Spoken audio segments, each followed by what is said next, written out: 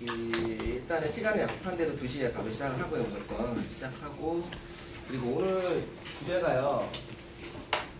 지금 주제가 좀 변경이 됐는데 이게 지금 최근에 중개사고가 한 건은 지금 진행 중이에요. 예, 진행 중이고 지금 마무리가 아직 안 됐어요. 사고는 터졌는데. 그래서 일단 제가 그것 때문에 녹화를 할까 말까 고민을 되게 많이 했거든요. 예, 근데 일단 녹화는 하고요. 녹화하고, 그리고 제가 편집할 때 만약에 내용이 좀 부적절한 게 있으면 제가 편집을 할 테니까 어차피 여기 오프라인 오신 분들은 상관이 없으시니까요. 그게 좀 얘기가 되게 길어요. 그리고 또 내용이 조금 어려울 수 있거든요. 그러니까 제가 천천히 할 건데 이해가 안 되시면은 일단 그 얘기를 해주셔야 돼요. 예. 왜냐면 내용이 좀 복잡하고 등기랑 신탁도 들어가고, 예, 그리고 공매까지 해서 여러 가지 내용들이 복합되는 신종 사기라고 제가 볼 때는 보여져가지고 일단 그거가 복잡하고, 그리고 이제 사례 두 번째 거는 좀 많이 가끔 볼 수 있는 건데 그렇게 어려운 건 아닌데 그렇게 보시면 될 것 같고요.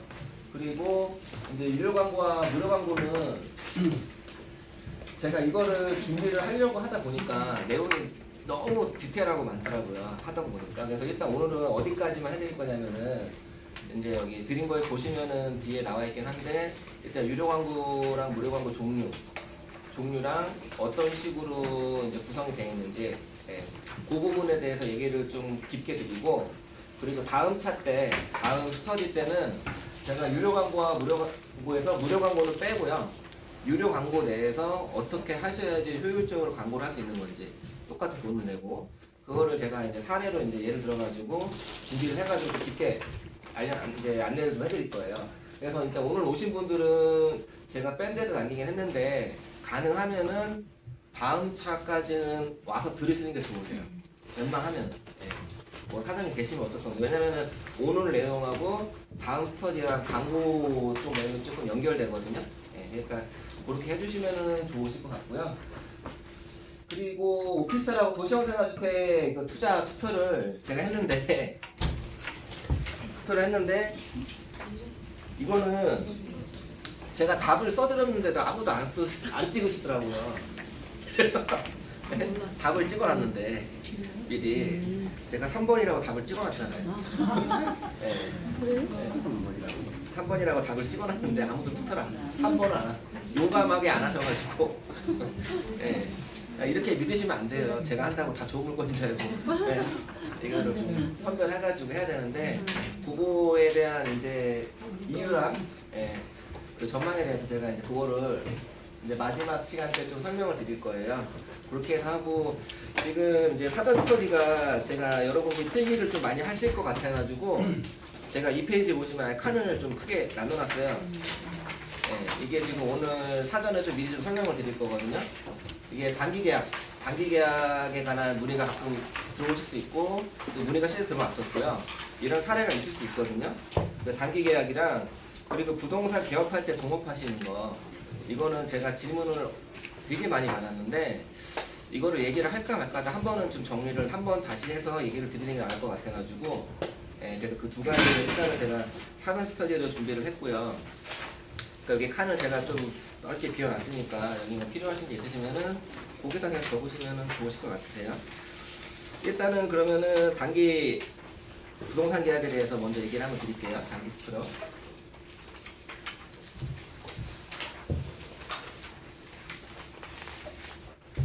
혹시 현업에서 지금 하시는 분들 중에서 단기 계약 해보신 분 계세요? 단기? 한번 그때 하셨네. 예. 이게 단기가 문의 오는 경우가 있어요. 이제 한 달, 뭐 이제 3개월, 2개월 정도. 예. 이렇게 문의가 오거든요. 근데 이게 문제가 뭐냐면은 수수료가 문제예요. 예. 수수료 받기가 상당히 애매해요. 왜냐면은 저희가 이제 계약서를 정상적으로 작성을 하잖아요. 그러면 저희가 수수료 받는 조건은 이 사람은 한 달 계약했다고 해서 수수료를 12분의 1로 받고 1년 계약했다고 해서 다 받고 2년 하면 더 받고 그런 게 아니란 말이죠. 1년 한 달 계약을 해도 2개 계약을 하게 되면은 법정 수수료를 다 받으셔야 돼요. 예. 그리고 또 단기 계약 같은 경우는 보통 보증금이 거의 안 들어가시죠. 단기니까. 예. 대신에 월세가 좀 세게 들어가요. 시세보다는 보증금이 안 들어가는 대신에. 예. 그러다 보면은 중개 수수료를 또 계산하면은 일반 시세보다 수수료도 세요. 법정 수수료가. 예. 그런데 보통 한 대부분의 사람들 단기 구하는 사람들이 돈이 없어서 단기를 구하는데 이 사람들이 법정 수수료를 다 주고 할 사람도 있을까요? 거의 없어요. 예, 이 사람들은 만약에 어떤 케이스가 모르고 그냥 부동산 계약서 딱 쓰고 2달 계약하고 손님한테 당당하게 법정 수수료 주세요 딱 하면은 이제 손님 구청으로 전화를 해요. 예, 구청으로 전화를 해서 일단은 꼬투리를 뭐든지 잡아가지고 압박을 해요. 중개업자를. 예, 이제 그런 복잡한 일이 생길 수 있다는 거죠. 단기 같은 경우는. 그리고 단기를 들어가시는 분들 같은 경우는 대부분의 케이스들이 정상적이지 않은 손님들이 많으세요. 예, 피치 못한 사정이라든가 진짜 현금이 없는 경우. 예, 그렇기 때문에 문제의 소지가 항상 많이 있으시거든요. 그러니까 단기가 만약에 상담 전화가 오셨다, 예, 왔다 그러면은 방 있어요 뭐 확인하고 전화 줄게 그렇게 하시면 안 되고요. 그거는 추후 2번째 문제고, 예, 단기 계약하시면 수수료 얼마 주셔야 됩니다라고 수수료를 먼저 끝내셔야 돼요. 이게. 그러니까 수수료를 법정수 달라고 하면 당연히 안 할 거고요. 예, 예를 들면은 뭐 2달, 3달 하니까 뭐 20만 원이든 15만 원이든 뭐 10만 원이든 내가 그 정도 받고 내가 해줄 수 있다. 그러면은 이제 그거를 먼저 손님하고 얘기를 끝낸 다음에 방을 얘기하셔야 돼요. 예. 그거를 얘기 안 하시고 단기 계약하시면은 제가 금방 얘기한 대로 손님들 질이 많이 떨어지고요. 예. 그리고 나중에 문제 생길 확률이 많고 단기 같은 잘못하면은 그러면 돈도 내가 힘들게 받고 나중에 기체 사건이면 하게 되는 상황이 발생하세요. 그래서 저 같은 경우는 이제 직원들한테 내가 단기는 친절하게 얘기하지 말라 그래요. 저는. 예. 하려면 하고 말면 말아라 스스로. 예. 어차피 돈이 안 되고 그리고 손님들 문제가 항상 많은 케이스가 왔기 때문에 예. 스스로 20 주실 수 있으세요. 그리고 단기 방은 딱 요거밖에 없어요. 예. 단기 방을 막 손님 없다고 단기 방을 5-6개씩 보여주면은 진짜 시간 낭비하시는 거예요. 예. 그러지 마세요. 단기는 손님을. 예. 전화가 많이 오진 않을 건데 그렇게 하셔야 되고 또 단기는 주의하실 게 보증금이 안 들어가는 걸로 알고 계시는데 보증금은 안 받는 게 많아요. 대부분. 예. 그런데 예치금 쪽으로 돈을 받아 놓으셔야 돼요. 그 필수예요. 예치금이 뭐냐면은 관리비 미납 될까봐. 예. 그래서 관리비가 뭐 석 달이다 그러면은 넉넉하게 30에서 50 정도. 이거는 돌려주는 돈을 예치비 쪽으로 받아 놓으셔야 돼요. 단기 하실 때는. 그래서 만약 그것도 안 받아 놓고 하시면 나중에 거의 만기 되면 도망가요. 세입자. 10중 8구. 그런 세입자들 같은 경우는. 예. 도망가니까 예치금은 무조건 받는 게 원칙이니까 그 정도까지는 받고 하셔야 되고 그리고 단기 계약을 내가 손님이 왔는데 이 손님을 다른 데랑 공동중개를 하려고 그래요 제가. 예, 그러면은 욕먹어요. 공동중개 하시면 안 돼요. 내놓을 거 아니면은. 예. 그쪽에서 저희한테 해달라고 하면 모를까 내가 상대방 부동산에 뜬금없이 전화해가지고 단기 손님 있는데 방 있냐고 물어보면은 이거는 그냥 상도 이상 좀 신뢰가 되는 얘기예요. 예. 그러니까 이거는 매너가 좀 아니시니까 단기 손님 같은 경우는 하려면 그냥 본인 물건 내에서 예. 그 돈도 얼마 안 되는데 공동중개하고 부동산 2개 끼고 나중에 문제 생기면 서로 머리 아프거든요. 그러니까 물건제 당연히 안 하려고 해요. 10중 8구. 네. 그러니까 그렇게 기본이 되어 있으시고요. 그리고 단기가 나오는 케이스는 어떤 게 단기가 나오냐면은 저희가 흔히 법적으로 알고 있는 주인의 동의를 받고서 나오는 케이스는 거의 없어요. 단기는. 네. 단기는 어떤 케이스가 거의 대부분 실무에서는 전전대가 10중 8구예요. 주인 동의 없는 전전대가. 네. 그러면은 주인 동의가 없는 전전대이기 때문에 신경을 엄청 많이 쓰셔야겠죠. 예, 주인 동의가 없기 때문에 제가 손님을 붙여 단기 손님 붙이면은 그 사람이 만약에 피해를 볼 경우 제가 도와줄 수 있는 게 아무것도 없어요. 그 사람 법적으로 권한이 없어요. 주인 동의를 못 받았기 때문에. 예. 근데 실무에서는 그런 케이스가 대부분이에요. 그래서 보증금 예치금이라든가 관리비 예치금이라든가 그리고 월세는 만약에 석 달 살게 되면은 매월 내시는 게 아니에요. 일시불로 끝내는 거예요. 한 방에. 예. 한 방에 끝내시는 거고 그리고 참고적으로 키가 만약에 그 집에 한 2개, 3개 있다. 원래 키가. 그러면 1개 정도는 키핑을 해놓으셔야 돼요. 몰래. 예. 만약에 사태를 대비해서. 예. 키 같은 경우는. 그리고 손님한테는 2개만 있다고 얘기를 하시고. 예. 그렇게 준비를 하셔야 된다는 거. 그리고 만약에 이제 흔히 뭐 일반적으로 어디가 뭐 장기간 공실 생겨가지고 여기 뭐 단기 주겠다. 예. 그렇게 생각하시는 분도 있는데 그런 집으로 해서 단기 나오는 경우가 많지 않아요. 예. 그런 집으로 해서. 왜냐면 그런 집 상가 같은 경우가 이제 그런 케이스가 될 건데 원룸도 마찬가지인데 그런 집 같은 경우 단기간에서 주인데 단기 잘 안 나요. 그러니까 그런 집의 단기가 아니고 이번에 나오면은 전전대다. 예. 대충 눈치는 채고 계셔야 돼요. 예. 어느 부동산 단기를 하라 그랬다 그러면은 이거 전전대구나. 그러면 이럴 수 있겠네. 그러면 주인 동의를 받았는지 한번 물어보셔도 되고, 예. 그런 게 좀 확인을 해야 되고. 그러니까 이게 단기가 돈도 안 되는데 일이 생기면은 머리 아프고 해서 제가 이제 주의사항을 지금 한번 간단하게만 얘기를 드린 거고. 그러니까 일을 하시면서 쉬면서 계약을 하실 일은 많이 없으실 거예요. 근데 여기에 너무 얽매이지는 마시라는 거, 손님이 아무리 좋아도요. 예, 그래서 제가 주의사항 간단하게만 설명을 드린 거고요. 그리고 이제 두 번째가 이제 동업 문제인데, 동업은 얘기할 게 좀 여러 가지가 많아요. 동업은 제가 처음에 이거 모임 만들기 전에 이제 사전 모임 할 때도 얘기했고, 예, 지금도 제가 생각은 변함 없는데, 동업은 일단은 저는 개인적으로는 무조건 반대를 해요. 동업은 저는 무조건 반대를 해요. 예. 동업을 반대를 하는 이유는 뭐냐면, 저도 동업을 해봤던 적이 있어요. 해봤던 적도 있고, 주변에서 동업했던 사람들도 많이 봤고, 예. 근데 동업해가지고 결과가 좋게 나온 집은 제가 주변에 봤을 때는 한 분도 없었어요. 예. 마지막에. 근데 이거는 친인척끼리 해도 마찬가지. 예. 친인척끼리 해도. 그러니까 동업을 지금 제의를 많이 받을 수밖에 없고 유혹에 쉽게 빠질 수 있는 분들은 지금 여기 계신 분들이에요. 일을 많이 하신 분들은 거기에 쉽게 안 빠져들어요. 왜냐면 내가 계산하고 꼼꼼하고 못 챙겨야 될지 알거든요. 근데 지금 여기 계신 분들은 뭐 나머지 분들 이제 중개업을 이제 하시려고 하는 분들은 동업이 왜 그렇게 살 수밖에 없냐면은 좀 일 많이 하고 잘 아는 사람이 나를 좀 도와주면서 내 경비도 적게 들고 일도 알려주고 뭐 그러면은 뭐 경제적인 부담도 없고 얼마나 좋아요. 이론상으로. 예. 더 할 나위가 없잖아요. 예. 그러니까 동업이라는 거에 이제 쉽게 빠져드시는 거예요. 근데 반대로 이제 그 사람들이 볼 때, 이제 오래 중개업 하신 분들이 볼 때는 이거를 조금 심하게 얘기를 하면 여러분들 같은 경우는 쉽게 타겟이겠다. 예. 내가 딱 빼먹을 수 있는 타겟. 예. 왜냐면은 실 예를 들어드리면은 하나를, 만약에 제가 전문가예요. 오래된 사람이고 제가 동업을 하고 싶어요. 동업이 아니라 제가 지금 사무실에 있는데 제가 예를 들어서 다산신도시에다가 중개업을 하나 차리고 싶어요. 제가 그쪽에다가. 근데 제가 차리기는 좀 멀고 좀 복잡해. 지금 좀 돈도 좀 그렇고 애매해요. 제가 오래되긴 했는데, 근데 초보자분이 그쪽에 사시는 분이 한 분 계시네. 그쪽에. 그러면 제가 거기를 내가 혼자 해서 왔다 갔다 해서 물건 작업도 힘들고 할 일도 많은데 힘드니까 초보 하시는 분한테 같이 합시다. 내가 오래됐으니까 뭐 어렵거나 문제 생기면 상담 다 해줄게요. 예. 대신에 뭐 가서 일 배우시고 동업으로 편하게 하시면 돼요. 하면은 어떤 상황이 발생하냐면은 거기 신도시 가서 제가 이제 동업이긴 하지만 저는 그 사람의 일을 축도로 부려먹어요. 이제. 그 사람은 이제 할 수밖에 없어요. 예. 당연히 해야 되는 걸로 알고 있습니다. 그러면 전화 작업부터 해서 물건 작업부터 해서 여러 기타 등등. 그러니까 허드렛 일은 결국 다 할 수밖에 없거든요. 그런데 정작 만약에 그러다가 큰 손님이나 중요한 손님이 오잖아요. 그럼 상담이 안 되겠죠, 당연히. 그럼 그 손님은 누가 하겠어요? 제가 하겠죠. 예. 근데 동업이잖아요. 근데 그렇게 해서 계약하면 돈은 나눠 가지겠죠. 예. 근데 그러다가 시간이 지나고 나서 찢어졌어요, 만약에. 좋게 헤어졌다고 치면은. 그러면 그때 그 큰 손님들이 다 누구한테 갈까요?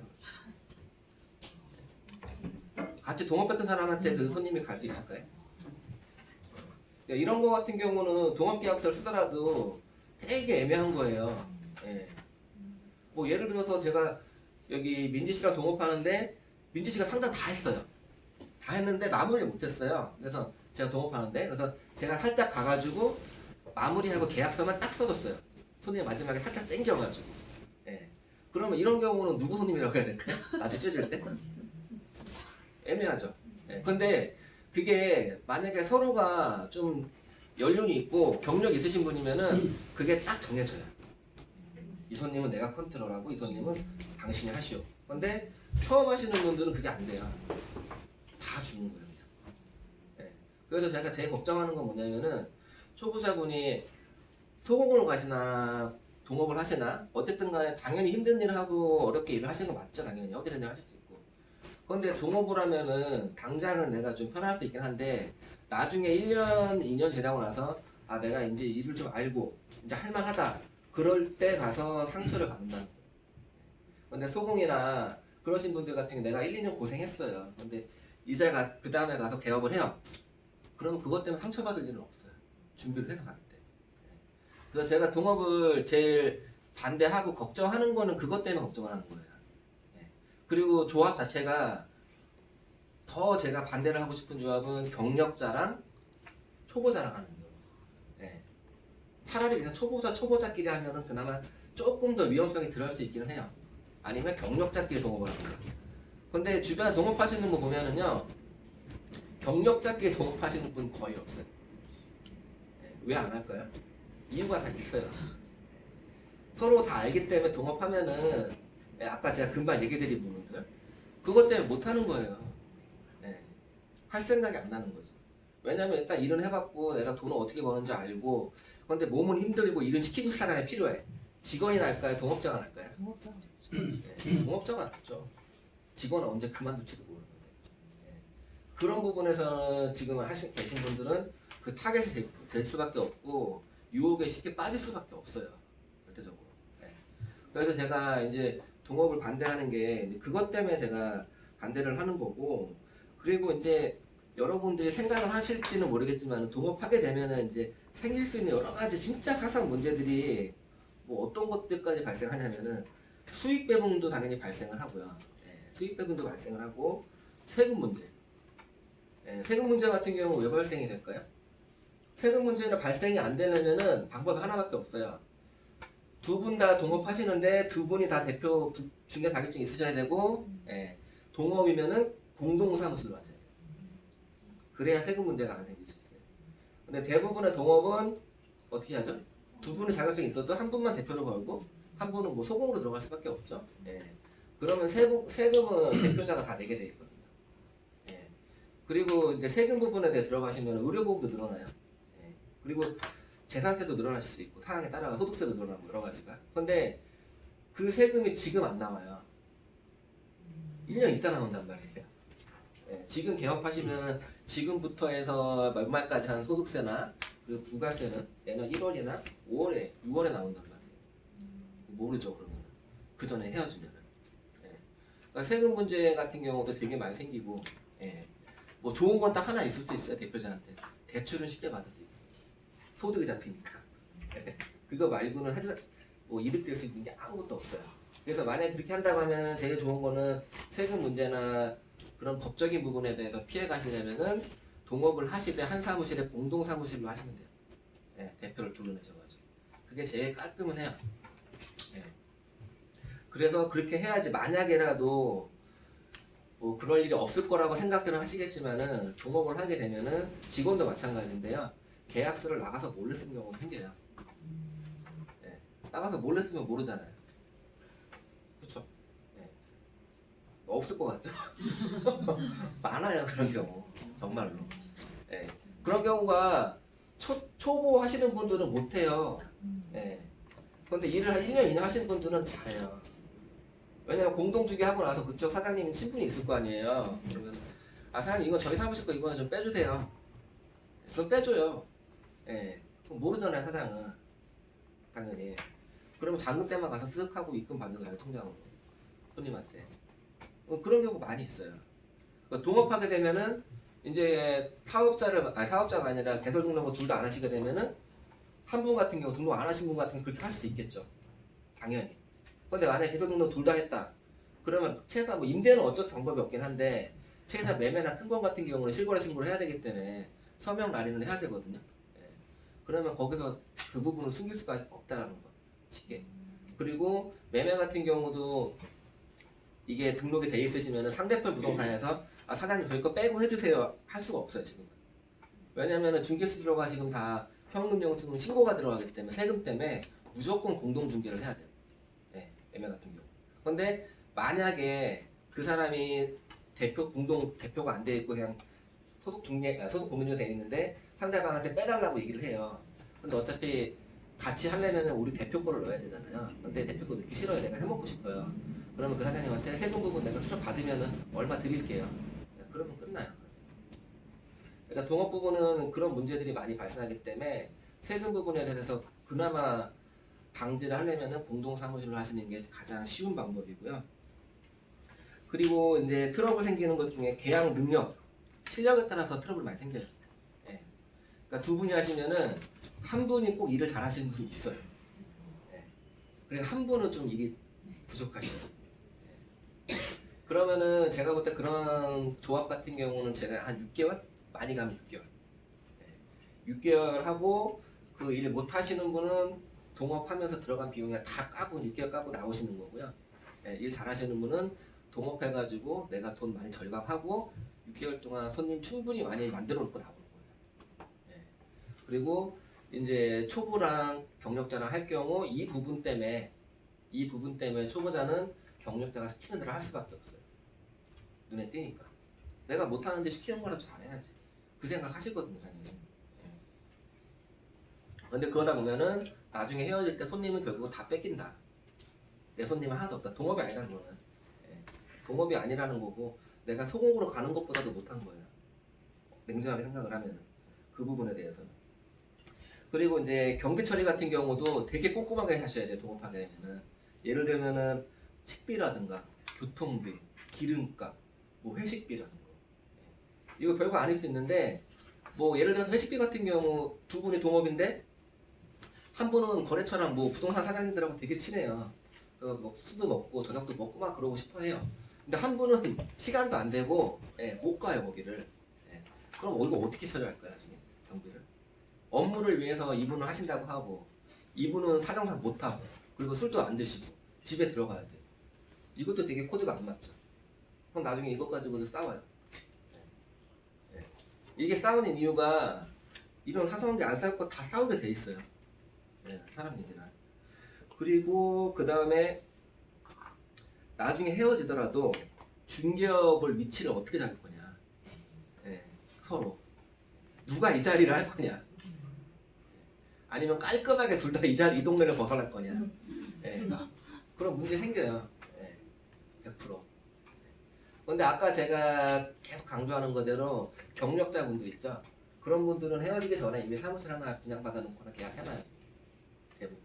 준비를 해놓는다고요. 초보자분들은 어때요? 가만히 있죠 그냥. 난 좋으니까 지금 계약도 나오고 그냥 내가 뭐 노력한 막 이렇게 허드렛 일만 하면은 그냥 사무실 할 만한 것 같고. 예. 근데 그 사람이 이제 자기 거 거기서 다 해먹을 만하다 그러면 다른 데 메인에다가 자리 하나 딱 준비해 놓고 이제 그만하자 그런단 말이에요. 예. 그러면은 나중에 가서 남는 거 아무것도 그 사람은 계속 하는 거예요. 그렇게 해서 진행하는 선수들이 업계에서도 꽤 많아요. 네. 근데 이게 발생하잖아요. 이렇게 발생해도 할 말이 사실은 별로 없어요. 초보자분들이. 이게 뭐 불공정 계약도 아니고, 예. 이게 지금 나름대로 개인적으로 기분이 나쁜 거지. 예. 어떻게 뭐 법적으로 내가 피해본 건 아니잖아요. 예. 근데 실제로 이게 되게 크단 말이죠. 경제적으로 보면 나중에 후폭풍이. 예. 그래서 제가 동업에 대해서는 동업계약서를 쓰더라도 진짜 꼼꼼하게 쓰셔야 되는 거고 하나 하선 것까지 이 얘기를 제가 다 드리는 게 그것 때문에 드리는 거예요. 예. 그리고 동업하게 되면은 공인인증서 있죠. 공인인증서 같이 쓰셔야 돼요. 그건 기본이에요. 그것도 되게 쉬운 거 아니거든요. 왜냐면 대표자 공인인증서는 다 오픈돼 있어야 돼요. 비밀번호까지. 예. 그리고 통장 같은 경우 수수료 들어오는 통장도 대표자가 아니고 동업자가 들어갈 수 있게끔 알려줘야 돼요. 비번. 이거는 기본이 돼야 되는데 이거 얘기하면 딴지 거시는 분들이 꼭 있어요. 그러면 그분은 동업하시면 안 돼요. 절대로. 왜냐면 대표자가 그렇게 나온다고 하면 대표자 통장 돈 들어가는 거 실거래 신고되는 거 매출 내가 아무것도 확인할 수 없어요. 대표자 말만 믿을 수밖에 없어요. 예. 근데 그 동업에서는 그건 기본이에요. 예. 그거는 확인해 주고 자기가 뭐 주거래 큰 통장 같은 경우는 따로 돈 빼놓던가 남편 이름으로. 예.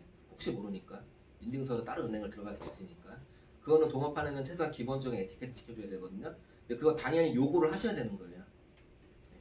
그 부분에 대해서는. 그리고 최초에 사무실 임대계약 하실 때 꼭 공동명의로 하셔야 돼요. 무조건. 예. 이거를 뭐 동업계약서만 쓰시고 사무실은 뭐 다른 이름 뭐 한 사람 쪽으로 다 몰아서 한다 그러시면 안 돼요. 예. 예. 사무실 이름은 꼭 공동명의로 하셔라. 만약에 이런 케이스 있을 수 있거든요. 두 분이 동업하시는데 한 분은 보증금만 내고 한 분은 월세만 냈어요. 예. 그런 경우 있어요. 예. 그러면은 이제 그 보증금 이분 다 내줬으니까 월세 우리 같이 낼 거니까 이분 이분 명의로 해야겠다. 안 돼요. 그러면 나중에 법적으로 문제 생기면은 이분 거예요. 동업이 아니에요. 예, 그거는 사무실에 대한 권리는. 예. 그런 상황이 생기더라도 동업계약서 알고 사무실 임대 계약서는 무조건 공동 명의로 하셔야 돼요. 예, 정말 중요한 거고요. 그 부분에 대해 그 부분은. 그리고 제일 좋은 거는 보증금하고 월세 반반하는 게 사실 제일 좋고요. 그게 안 되는 케이스들이 꽤 있거든요. 동업하실 때 누구는 현금이 있고 누구는 현금이 없는 경우. 네, 그렇다고 동업계약서 하실 때 임대계약서는 꼭 공동히 하시고. 그리고 제가 이제 지금 쭉 얘기 드린 게 쉽게 얘기 드리면은 동업이 이제 초보 하시는 분들한테는 되게 좋아 보이는데 쉽게 얘기하면 그냥 빚 좋은 개살구나 생각하시면 돼요. 정말로. 물론 그게 제가 주변의 경험상 지금 얘기를 드리는 건데 정말 좋고 훌륭하신 분이 계셔가지고 예, 그거를 키워주고 진짜 선의해서 하시는 분이 있을 수는 있어요. 예, 있을 수는 있긴 한데 지금 아마 현업을 하시는 분이 많이 없겠지만 현업을 만약 하고 계시는 분 중에서 한 3, 4개월 실무에서 부동산 겪어보시면은 제 얘기가 맞다는 생각 하실 거예요. 그런 부동산 없다. 예, 답이 딱 나오실 거예요. 실무에서는. 근데 이론상으로는 나올 수 있지만 이론상으로 실무에서는 절대 안 나온다는 거. 예. 그러니까 동업계약서는 꼭 조심하셔야 되고 초보자랑 경력자랑 조합일 때는 특히 조심하셔야 되고요. 그럴 경우는 뭐 제가 해드릴 수 있는 건 다른 건 없고요. 만약 그렇게 꼭 하셔야겠다. 예, 할 수밖에 없다 내 상황에. 그러면 저한테 전화를 주세요. 그러면 제가 꼭 챙겨야 될 거, 준비해야 될 거를 따로 얘기를 해드릴 테니까 예. 그런 경우 어떻게 움직이셔야 되고 뭘 하셔야 되는지 제가 얘기를 해드릴게요. 그 개인적으로 그런 상황에 대해서 전화를 하시면은 근데 하고 나서 전화 주시면 안 돼요. 네, 하고 나서. 네. 제가 항상 드리는 얘기가 일이 터지기 전에 전화 주셔야지 일 터지고 전화 주시면 제가 수술을 못 해요. 네. 제가 얘기하면은 맘만 아프죠. 이메일 수술 안 되는데. 그래서 일단은 그 부분 제가 이제 좀 얘기를 드렸고요. 이제 이게 별지가 먼저 나왔어요. 별지가 나왔는데 여기 제목 보면은 신탁회사 공매로 인하여 세입자 보증금 전부가 임대차 보호법도 못 받고 이게 세 동짜리인데요. 제가 실제 등기 끊어온 걸 한 동만 끊어왔고 나머지 두 동은 안 끊어왔어요. 이게 세 동짜리고 층이 9층 건물이 해동짜리예요. 네, 그러니까 세입자도 꽤 많겠죠. 네. 근데 이게 사기친 사람이 머리를 너무 잘 써서 이 세입자한테 보증금을 한 푼도 다 못 받아요. 네. 네, 세입자한테 보증금을 한 푼도 지금 못 받는 상황이에요. 이 세상이. 제가 일단 등기를 간단하게 한번 제가 체크한 부분만 볼게요. 4페이지 보시면은 제가 파란색 팍스 쳐놨죠. 네, 건물 내역에 보면 이 건물은 지금 2종 근생이죠. 네, 여기 원룸이거든요.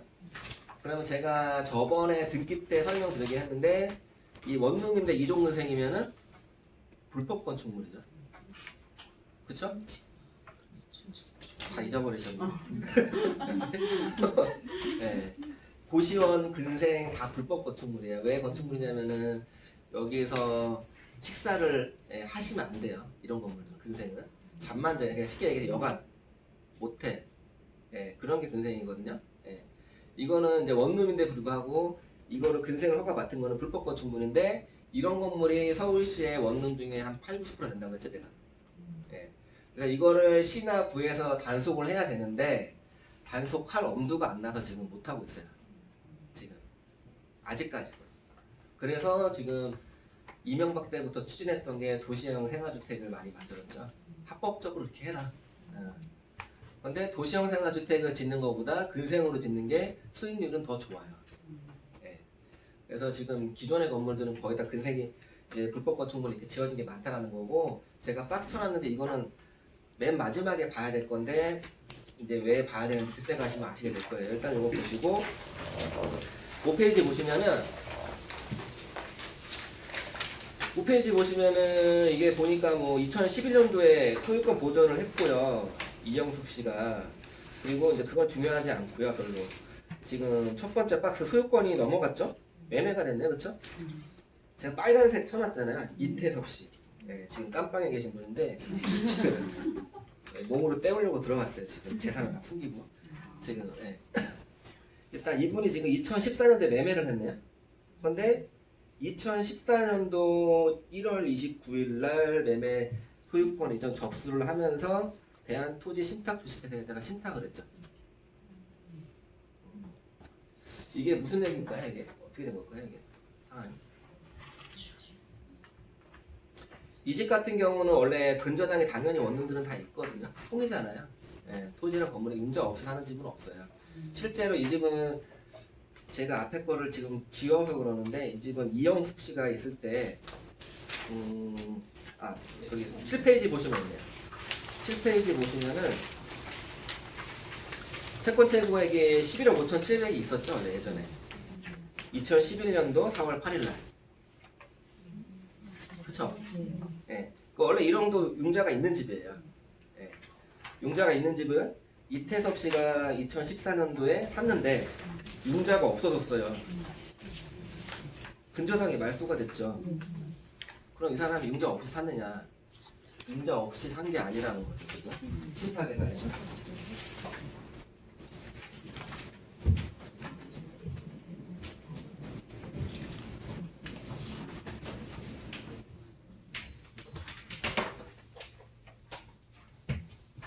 쉽게 얘기를 하면 이제 이게 이해가 잘 되셔야지 이 사건이 지금 정리가 되거든요.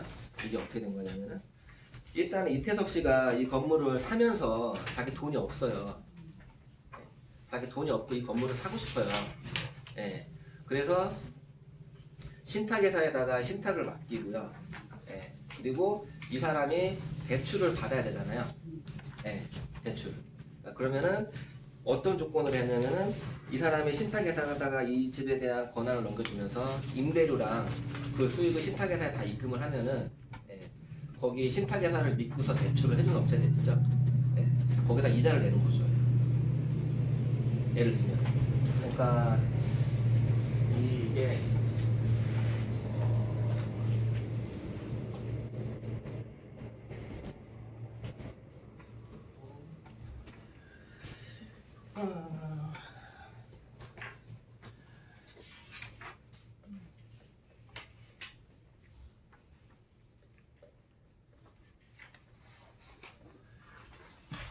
그러니까 이태섭이 씨가 주인인데 글씨가 엉망을 이해를 해주세요. 이태섭 씨가 주인인데 지금 소유자인데 대출을 받아야 돼요, 금융권에서. 예. 근데 대출 이 사람은 다 안 나와요 지금. 예. 대출이 안 나오니까 대출 받으려면 어떻게 했냐면은 이 집을 그러면은 여기 보면은 신탁회사 있죠. 신탁회사에다가 내가 보증을 잡아주겠다.